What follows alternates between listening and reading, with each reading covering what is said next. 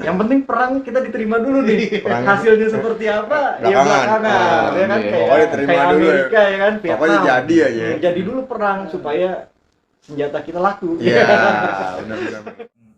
Kita biasanya tuh ngasihnya dalam bentuk beberapa tahapan yang kita singkat jadi AISAS. Awal itu awareness, terus kemudian interest, search, action, sama share.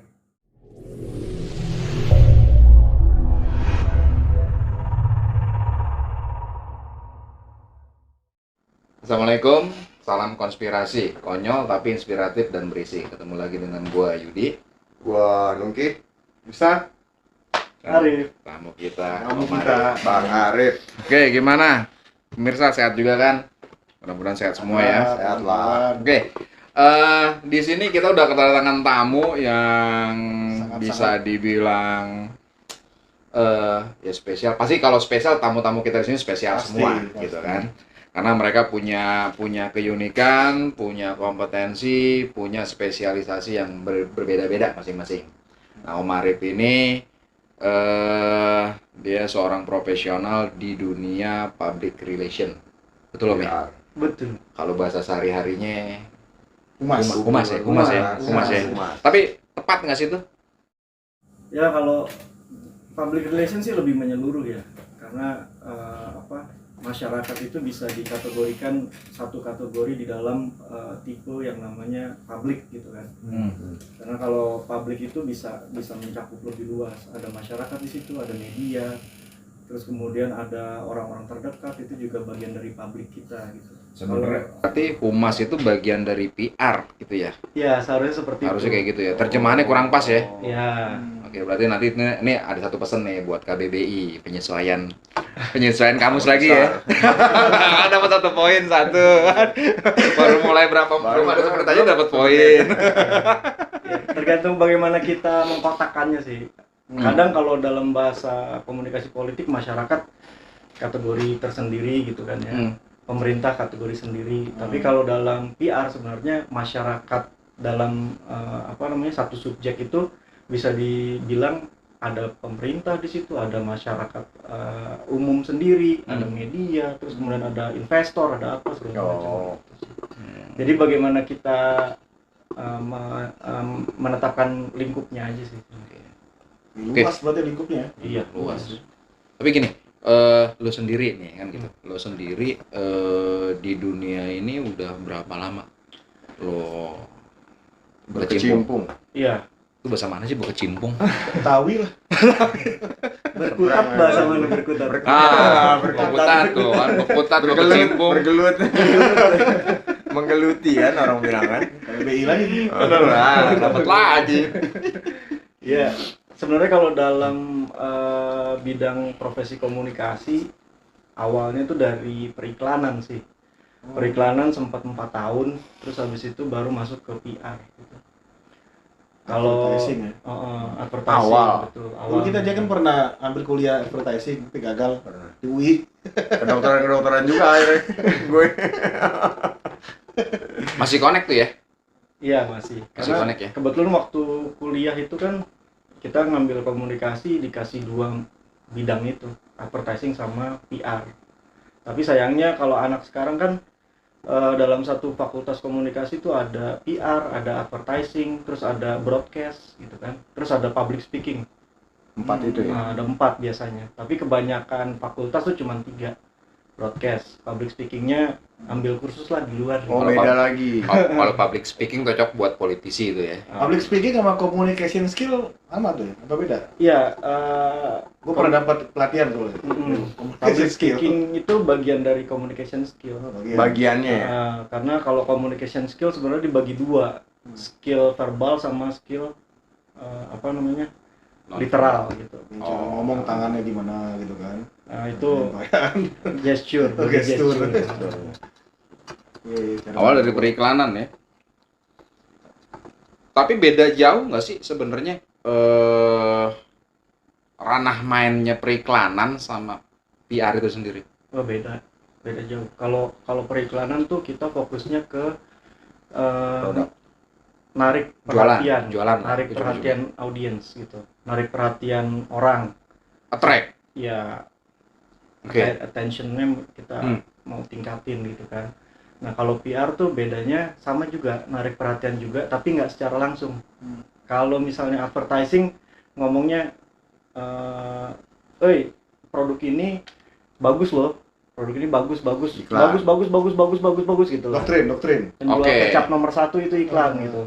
Oke. Tapi kalau Jadi PR, framing terus lah tuh ya. sebenarnya di PR juga ada framing. Cuman Oke. bedanya kalau di PR tuh biasanya kita menggunakan pihak ketiga. Jadi kita sebagai perusahaan yang menciptakan produk ini, kalau dalam filsafat PR gitu, kita nggak bisa langsung ngomong, produk gue bagus, minuman ini bagus gitu. Tapi kalau PR itu Karena ketiga. Yusak yang ngomong, produknya Arif bagus loh gitu. Nah orang ketiga ini, Yusak ini bisa jadi media, bisa jadi pakar. Oke. Bahasa sekarang nih. Ya. Siapa yang di endorse? Endorser, brand ambassador, Nah, oke, key opinion leader, key power leader gitu. Si. Itu PR. Ini dalangnya PR ya. Dalangnya PR, betul. Dalangnya PR, yang bikin skenario semuanya Betul. PR. PR. Iya. Makanya PR sebenarnya lebih strategis gitu. Jadi kalau sekarang orang ngebandingin PR sama pemasaran, sebenarnya ada fungsi PR yang bisa mensupport tujuan pemasaran gitu kan. Gitu. Nah itu ada yang namanya marketing PR. Gitu. Nah kalau PR-nya sendiri sebenarnya adalah ada 2 tujuan utama kalau dari PR. Dari definisinya, kalau PR itu bagaimana meningkatkan hubungan baik dengan semua publiknya. Nah publik ini bisa disebut juga dengan pemangku kepentingan. Nah pemangku kepentingan, misalnya pemangku kepentingan Om Yudi gitu ya, Om Black. Pemangku kepentingannya siapa aja sih? Pertama keluarga, kedua kantor. Di kantor ada siapa? Ada atasan, ada bawahan, ada teman sejawat gitu kan ya. Terus kemudian pemerintah secara luas gitu kan, yang mengatur pajak, aturan-aturan, kebijakan-kebijakan bagaimana kita hidup di negara ini gitu kan. Terus pemangku kepentingan lain mungkin para pemimpin agama, ustadz, terus lingkungan pengajian, apa segala macam. Jadi PR ini suatu bidang ilmu yang meningkatkan hubungan kita dengan pemangku kepentingan kita gitu. Tujuannya apa? Tujuannya supaya kita dapat dipahami dengan baik oleh pemangku kepentingan kita. Si entitas ya. Ya, entitas tersebut. Artinya kalau ngomongin entitas bisa jadi dia Individu, bisa perusahaan, kayak gitu ya. Macam pemerintah sendiri pun melakukan PR kan. Kebetulannya itu ya. Iya. Apa jubir itu termasuk PR-nya tuh? Jubir. Iya, jubir juga bagian menjalankan fungsi PR juga. Fungsinya ya, jalanin. Iya. Tapi kayaknya nggak setiap perusahaan punya PR deh. Hampir sekarang semua perusahaan punya PR. Punya PR semua. Wajib ya. Ya, Kalau gue pakai bahasa sederhana ya, sebenarnya PR itu lahir dari kebutuhan untuk kita berinteraksi, silaturahim ya. Betul. Dengan orang kan. Relation itu kan silaturahim. Ya, dengan bersilaturahim kan, ya kalaupun ada masalah bisa dicairkan dengan gampang tanpa harus kontok-kontokan. Itu kayak begitu nggak kira-kiranya ya? Betul. Jadi memang PR itu bertujuan untuk cari win-win solution di antara hubungan antara entitas dengan publiknya, dengan stakeholdersnya atau pemangku kepentingan. Berarti ada departemen sendiri ya PR? Harusnya ada, tapi kebanyakan perusahaan besar itu PR itu dibagi 2. Ada yang di corporate secretary, sekretaris perusahaan. Biasanya perusahaan-perusahaan emiten ya, yang udah terdaftar di saham di pasar modal. Kalau perusahaan-perusahaan kebanyakan biasanya dimasukkan ke bagian corporate communication, komunikasi korporat gitu. Nah, irisannya dengan bagian lain dalam perusahaan ada bagian marketing kan ya, gimana perusahaan harus memasarkan produknya, memasarkan jasanya. Nah, itu juga bisa disupport sama PR, namanya marketing PR gitu. Kalau mau ngasih CSR tuh, mau PR juga? Iya, PR itu membantu mengkomunikasikan kegiatan CSR-nya sendiri. Ada namanya CSR communication gitu. Support ya. Jadi CSR ada CSR implementation, ada implementasi CSR yaitu kegiatannya. Terus kalau misalnya memang biasanya perusahaan-perusahaan emiten itu kan butuh kasih laporan tahunan, laporan kuartalan, semesteran gitu, yaitu disertakan di dalam laporan tahunan. Agak ribet ya. Iya. Karena emang luas banget sih. Boleh diminum ya? Oh iya, Black. lupa gua. Silakan. Monggo. Kalau gue taunya pemasaran kan, bagian dari Iya. pemasaran. Gue pikir PR itu bagian dari pemasaran gitu. Ternyata Luas ya. bukan ya. Lain. Kalau gue pernah baca sekilas buku marketing yang efektif itu adalah ketika kita sudah berhasil membangun hubungan baik, gitu kan, dan mengerti apa yang menjadi need orang, Kebutuhannya. gitu. Agak berbeda dengan pemahaman yang berkembang saat ini.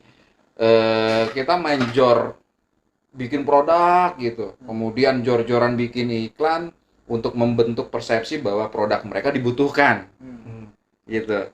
Jadi agak terbalik kan tadi kan situasinya, yang satu bener-bener menggali apa yang menjadi kebutuhan, kemudian dia bisa provide itu kebutuhan real, dan yang satu lagi dia punya produk yang kemudian dia pasarkan di apa namanya ya di set suatu program iklan yang masif sehingga terbentuk persepsi tadi, oh ini perlu, jadi akhirnya orang pada beli. Nah yang kayak gini sebenarnya kurang bagus. Ada yang bilang kayak begitu dari yang pernah gue baca, gue lupa bukunya siapa.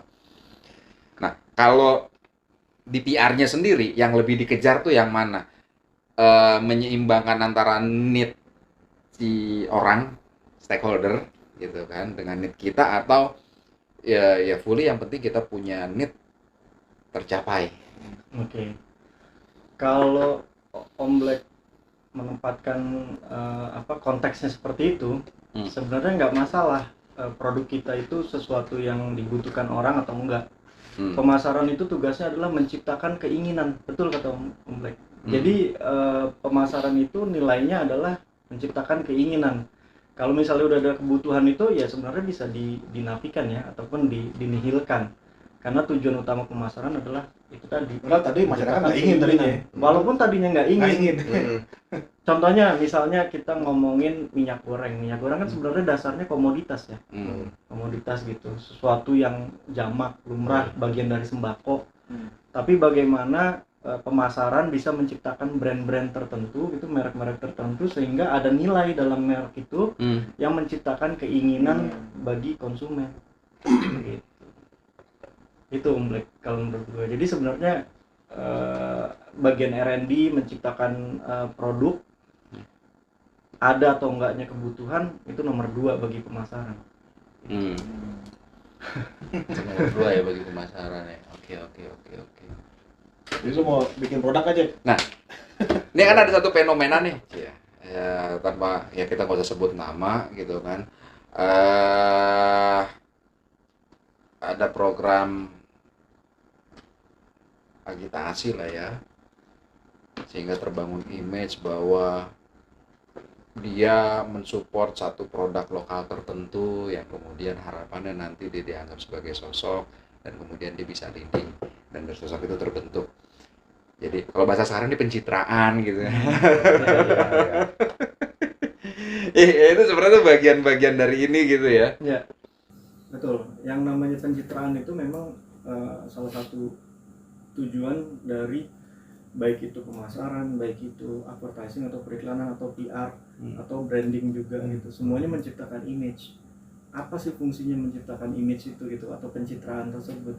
Yaitu bagaimana nilai-nilai dari image tersebut bisa dipahami dengan baik dan pada akhirnya diterima, sehingga akhirnya pemirsa ataupun audiens itu bisa mengikuti tujuan di belakang itu gitu. Misalnya kayak tokoh tadi gitu ya, tujuan saya supaya dipilih lagi misalnya jalannya. Ya udah, biasanya kita PR itu melakukan riset. Strategic planner kita bekerja melakukan riset sebenarnya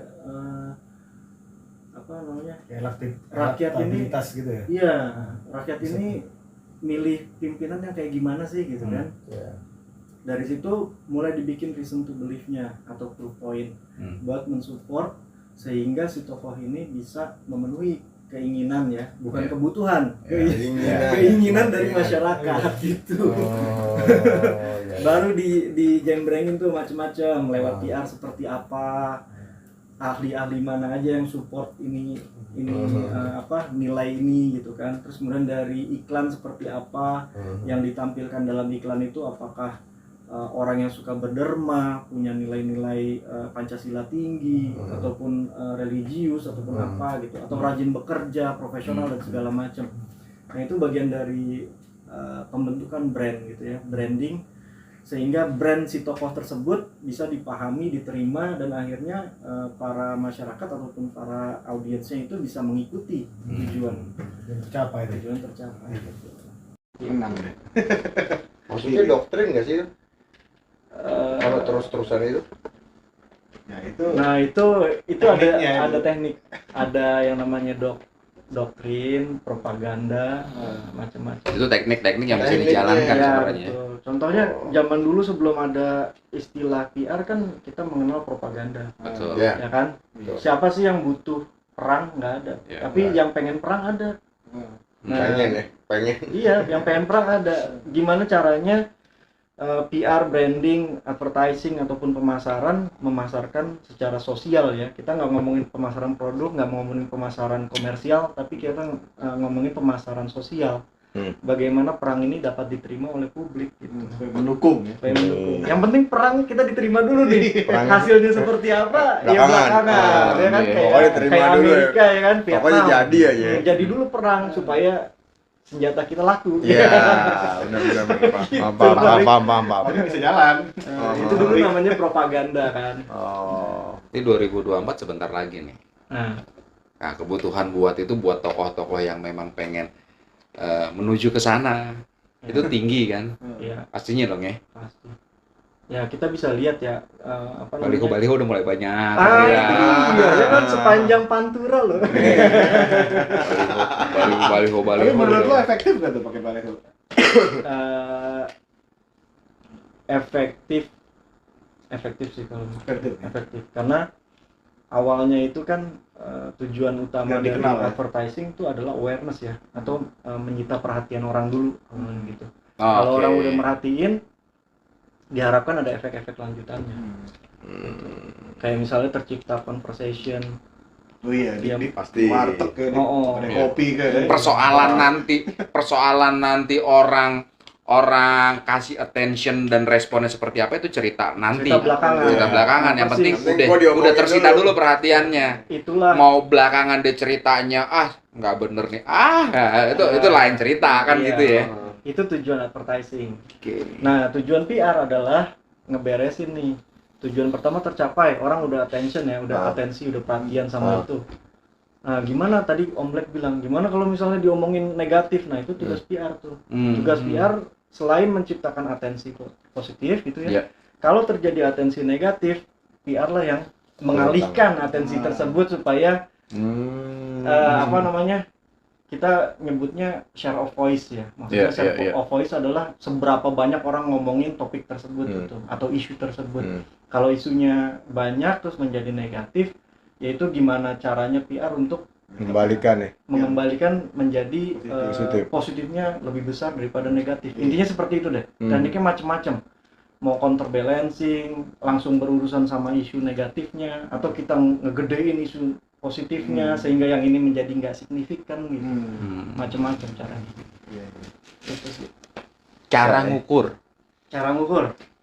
Kalau measurement, tentunya kalau PR itu tolak ukur utama dari PR adalah trust atau kepercayaan Itu kan publik. susah tuh. Ya, Ngukur gitu. trust tuh. Sama deh. Iya, Jadi- apalagi kalau bukan barang. Kalau barang mungkin masih lebih enak ngukurnya karena dilihat dari jumlah penjualan. Oke, tapi kalau bukan barang kan agak susah tuh. Ya. Jadi memang Contoh kasus yang tadi tuh, yang banyak baliho gitu kan. ya menarik memang kebanyakan perusahaan ya sekarang masih suka rancu, apalagi kalau misalnya tujuannya adalah teknik yang dipakai marketing PR tadi ya, dimana ada tujuan marketing di situ. Tujuan marketing kan pemasaran ya, entah itu penjualan hasil akhirnya ataupun lead generation gitu kan. itu semua coba dipaksain ke PR. Jadi mereka nyediain budget buat PR, tapi pengennya measurementnya atau ukurannya tuh ukuran marketing. Nah itu salah. Nggak ketemu ya. Jadi di satu sisi pemasaran lewat iklan ataupun branding itu di sisi yang lain, PR itu di sisi yang lain. Masing-masing ada ukurannya. Ya, seperti contoh misalnya perusahaan Omblek menyediakan dana 1 miliar buat advertising. Ukurannya apa? Oke, cost per click gitu kan. Dimana setiap kali ada iklan tersebut muncul di media-media online misalnya, ataupun website-website tertentu, ataupun blog-blog tertentu, itu orang ngeklik, itu udah kehitung ya cost per click. Nah, kalau PR nggak bisa kayak begitu. PR harus melakukan pre and post test campaign gitu. Nah, survei pre atau sebelum kampanye PR, sebelum dan sesudah kampanye, dengan gitu bisa ada benchmarknya. Itu bentuknya penyebaran kuesioner kah, apa kayak gimana? Tekniknya sih macam-macam. Kita Omblek pura-pura ya.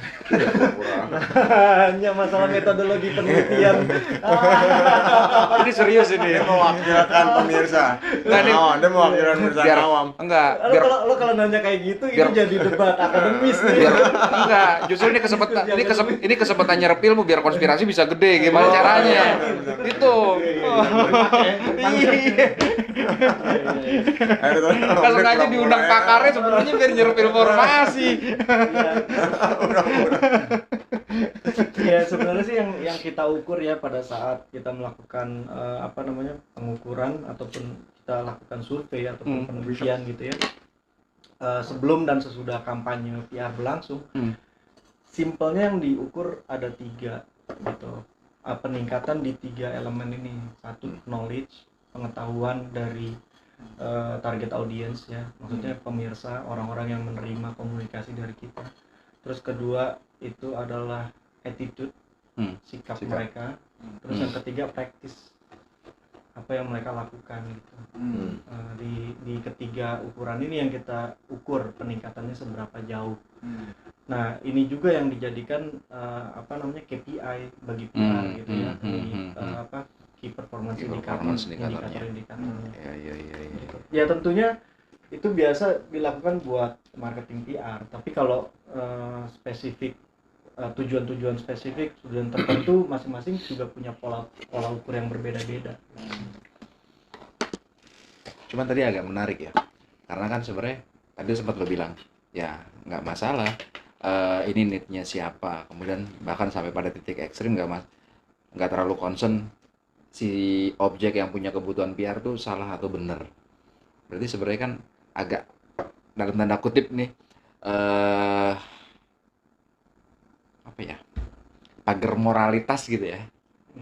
Pagar moralitas sebenarnya agak terabaikan kalau misalkan kita ketemu sama sesuatu yang sebenarnya kita dari awal tahu ini problem, tapi bagaimana supaya kita bisa mengeluarkan ini ke publik, ini nggak kelihatan problem. Ya kan sebenarnya kan ada yang kayak begitu juga nggak sih? Ada.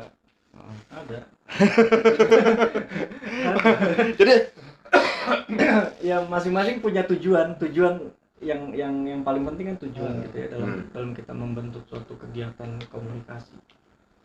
Ya kayaknya misalnya sesimpelnya kita sebagai individu, kita tahu kekurangan kita apa, kan?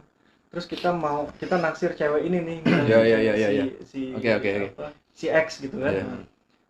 Gimana caranya supaya dia nggak tahu kekurangan kita gimana dia memandang lebih kelebihan kita dibandingin kekurangan kita, ya simpelnya kayak gitu. Gue paham. Jadi kenapa lu banyak ya? Gua tahu tekniknya. Sampelnya jangan ke situ. Enggak, sebenarnya kerja PR itu sebenarnya tuh inherent sama aktivitas kita sehari-hari gitu kan. Iya, sebenarnya inherent sama aktivitas kita sehari-hari, cuma ya biar bagaimanapun juga untuk bisa jadi maksimal dan masif ya perlu disusun secara terstruktur ya kan, sistematis. Nah, struktur dan sistematis ini yang kita nggak punya. Soalnya jadi berat kalau pertanyaan komplek tadi, kalau tokohnya itu tokoh yang sudah dicap negatif gitu. Pernah nggak ya? Ya, kontroversi lah, bukan negatif. Kontroversi itu yang agak berat mungkin bagi PR ya untuk ungkapnya gitu, Ya. isi baiknya gitu. Kalau berat atau enggaknya itu kan tergantung dari budget. Semakin berat semakin butuh budget. Iya, Ini benar, kan. benar. Tergantung budgetnya. Tapi sebenarnya nggak mesti berat juga sih kadang-kadang untuk ngebalik yang buruk itu jadi ini. Cukup ngorbanin satu mobil buat nabrak tiang listrik, selesai. Baik kesannya kan. Kelar. Ya, ya. Nah, buat pelaku-pelaku di PR sendiri. Tunggu, gue pengen nanggepin yang tadi, Ya. Jangan sampai Bias. pemirsa kita di sini gitu ya. Salah tangkap sama PR gitu. PR nggak punya apa kerangka kebaikan, Moral. kerangka moral yang tadi. Sebenarnya Sebenarnya di PR ataupun di bidang komunikasi itu akan ada yang namanya etika komunikasi. Oke. Nah, etika komunikasi inilah yang dijunjung tinggi sama dunia kita gitu ya, industri komunikasi. Makanya ada mungkin kalau di periklanan ada komite Pengawasnya gitu. pengawas periklanan gitu kan. Iya. PR juga ada kayak gitu. Asosiasi PR itu juga asosiasi periklanan, asosiasi komunikasi itu semua juga ini kok pada serius gitu ya masalah etika ini. Iya. Ya apalagi sekarang kan kayak kita nih secara makro ya kita bicara konteks Indonesia aja ya, walaupun secara global sebenarnya kondisi sama. Nah, dalam konteks Indonesia kan lagi susah nih gara-gara Covid. Ya pengen bangkit juga berat, terutama yang paling kepukul tuh pariwisata kan begitu. Iya. Nah, ini kan jadi PR gimana supaya bisa ngangkat ini lagi kan gitu, itu kan kerja PR besar kan gitu ya. Iya, betul. Ya bukan kerja PR aja sih sebenarnya. Itu iya kerja semuanya. Dalam masa krisis ya.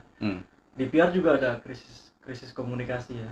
Dimana kita tuh ada di suatu kondisi atau situasi yang kita nggak mau ada di situ kan. Intinya seperti itu kalau krisis gitu. Kayak pandemi ini krisis global dan bukan cuma krisis komunikasi aja, krisis keseluruhan. Ya semuanya harus bekerja. Yang pemerintah lakukan itu sebenarnya udah benar gitu ya. Kita benahin dulu secara ekonomi. Pemulihan ekonomi pasca pandemi itu harus dipupuk dari sekarang sampai nanti kita bisa rebound lagi. Ya kita cukup bersyukur ya, Indonesia ini salah satu negara yang kinerja ekonominya nggak negatif. Kan Ya. kemarin kita P20 kayak. Ini Garuda G8. Iya, Omlek lah pakarnya kalau kayak gitu.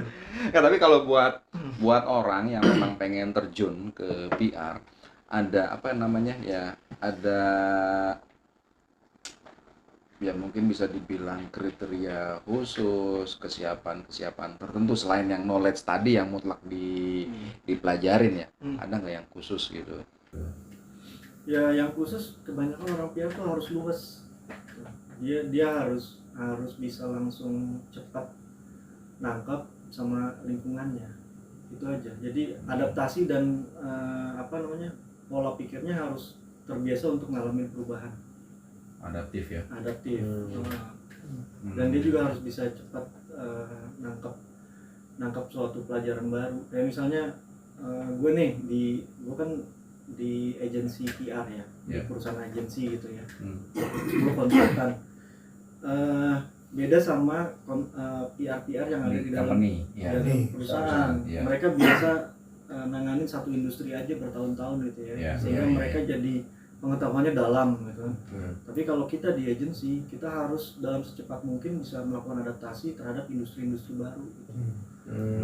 Karena kadang-kadang dalam satu kurun waktu tertentu gue harus nanganin klien-klien dari industri yang berbeda. Contohnya kalau sekarang gue lagi nanganin industri FMCG, salah satu klien gue. Terus kemudian FMCG, Fast Moving Consumer Goods. Es krim. Lebih spesifiknya. Terus kemudian di masa ini juga gue nanganin finance, asuransi.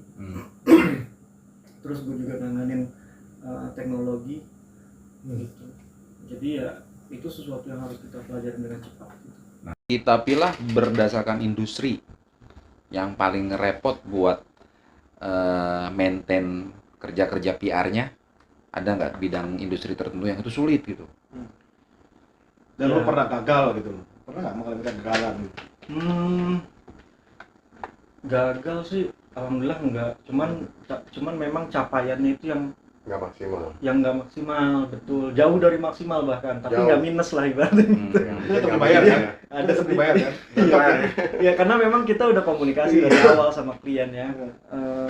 Pak, industrinya tuh sulit loh buat ngerjain PR, nggak apa-apa kita mau nyoba waktu itu. Mereka bilang, sorry ya gue nggak bisa nyebutin brand. Ya industrinya aja. Ya, industrinya waktu itu adalah benih rekayasa genetik. Benih kayak, waduh susah juga. Ya, jadi itu agak sulit. Benih rekayasa genetik. Pro kontra. Iya. Bibit dan benih, jadi dia jual donor sperma ya. Kapten Amerika. Bisa nggak? Beda ya. Salah. Iya, jadi dia ada benih, ada bibit gitu. Itu Dua-duanya ngalamin rekayasa genetik. Jadi pada saat dia tanam, dia buahnya bagus, hasil panennya bagus, tapi bijinya itu nggak bisa ditanam lagi. Gitu. Jadi harus tetap beli biji. Di industri pertanian berarti itu ya? Iya, Industri pertanian, iya sih memang susah. Nah, challenge-nya waktu itu gimana kita, karena waktu itu tuh scope of work-nya lebih berat ke media relation kan. Challenge-nya itu bagaimana kita mengangkat persepsi buruk dari para jurnalis gitu ya, supaya mau Beralih ya. bukan beralih dulu sih, kita ciptakan pemahaman dulu bahwa ini nggak sepenuhnya buruk loh gitu. Ini juga bantu perekonomian petani gitu, dalam mempersingkat waktu panen, memperbanyak jumlah Hasil panen. hasil panennya gitu. Masih ada kelebihan lah daripada yang biasa ya. Iya, tapi kan kebanyakan memang ya jurnalis itu kan sangat kritis ya. Walau yang mereka selalu mempertimbangkan 3 aspek kan, yang kita tahu kan secara triple bottom line itu kan ada people, planet, profit itu kan ya. Jadi mereka selalu secara komprehensif mereka memikirkan itu, dan memang kebetulan si klien kita itu kurang di environment sama people-nya kurang. Mungkin mau monopoli kali nanti. No comment, salah. Kalau dalam PR nggak boleh ngomong no comment. Ya kalau itu entahlah Pak Isak. Jadi skill wajib yang dimiliki tadi ya, harus adaptif ya, mau nggak mau harus ya skill itu dia harus punya ya, kalau enggak ya dia bakalan ya beku, freeze di satu kondisi ya, dan nggak akan pernah bisa ngejalankan fungsi PR-nya ya. Karena bidang komunikasi ini atau industri komunikasi ini kan berkembang sangat luas ya, dan sangat cepat gitu. Ya, seperti contohnya kita dulu komunikasi tulis-tulisan surat ya namanya. Tuh, Iya, pacaran tulis-tulisan surat, sampai ada SMS, sampai ada Messenger, BlackBerry. Sampai sekarang tuh ada WhatsApp gitu kan. Sampai ada video call sekarang bahkan. Nah, itu sangat cepat sekali, dan gimana kita di bidang komunikasi ini bisa secara etis menggunakan itu semua dengan tujuan yang terukur gitu. Pada satu titik ada satu entitas yang punya kebutuhan untuk melakukan kerja PR sehingga terbentuk satu persepsi di masyarakat ya, nice kan gitu, hubungan terjalin. Tapi pada satu sisi di sisi stakeholder yang lain bisa jadi punya kepentingan yang agak berbeda, dan mereka melakukan ya kasarnya counter attack lah. Kan itu sangat dimungkinkan kan gitu. Ya enggak? Nah, kalau kondisi-kondisi kayak gitu tuh ya itu masuk ke dalam isu manajemen ya. Dimana satu entitas tuh ngalamin suatu isu gitu ya. Apalagi kalau isunya itu isu negatif gitu. Berbeda kayak si tokoh tadi, dia melakukan isu manajemen juga, tapi isu manajemennya positif gitu kan. Nah, sekarang si entitas ini harus melakukan mitigasi terhadap isu negatif tersebut. Kalau memang Om Black sudah bisa memetakan bahwa si stakeholders ini yang bikin ulah gitu kan, ya udah langsung aja kita berkomunikasi dengan baik dengan mereka gitu kan. Kita coba tahu sebenarnya tujuan atau motif mereka tuh seperti apa. Kalau minjem film Godfather, langsung ada kepala kuda. Ah, Di kompetitor ada kepala kuda. Oke, Jadi besok nggak lagi ya. gua jual hotel gua. Jadi besok nggak lagi gitu ya. tapi ingat kan apa namanya si orang Yahudi yang anak angkatnya Godfather kan dia melakukan PR dulu kan. Iya. Ngomong dulu dia berkomunikasi Dia ngomong dulu. kita maunya begini loh. Kita mau si apa tuh Hotelnya dijual kayak gitu lah. si Fontaine jadi artis di film lo itu Iya, kan, iya. ya kan? Nah, gimana caranya? Dia nolak dengan keras kan? Ya udah, kalau kayak gitu PR stop sampai di situ kompleks. Selesai udah. Karena PR tuh sebatas public relation aja. Gitu. Menjembatani ya. Iya. Atau sebenarnya kalau si Godfather melakukan PR sebenarnya PR secara utuh gitu ya. Selain si anak angkat Yahudi yang si lawyer itu ngomong secara langsung, dia juga bisa loh lewat apa namanya kalangannya si saudara itu, iya, gitu. saudara itu. Apakah dari istrinya, Iya, teman apakah sejawat, dari teman sejawat, artisnya. apa segala macam. Nah itulah PR. Jadi dia hanya menjalankan sepenggal PR di situ. Karena di dunia kriminal ya kan, ini praktis. Iya, betul. Di dunia kriminal. Oh gitu ya. Iya. PR. Komunikasi. Komunikasi. Itu Jose Mourinho tuh ilmu komunikasi tuh lulusan. Iya. Karena jago di media, kalau timnya kalah dia ngomongnya Ngalihin ya. berkelitnya jago. Sampai dijuluki the special one kan. Jose Mourinho. Tapi ya itu ya itu selain membentuk reputasi ya memang harus ada kerja nyatanya juga. Kalau ngambil apa namanya perumpamaan tadi dari Om Black, nggak ada kebutuhan tapi ciptakan keinginan, itu kan pemasaran. Tapi kalau PR nggak bisa.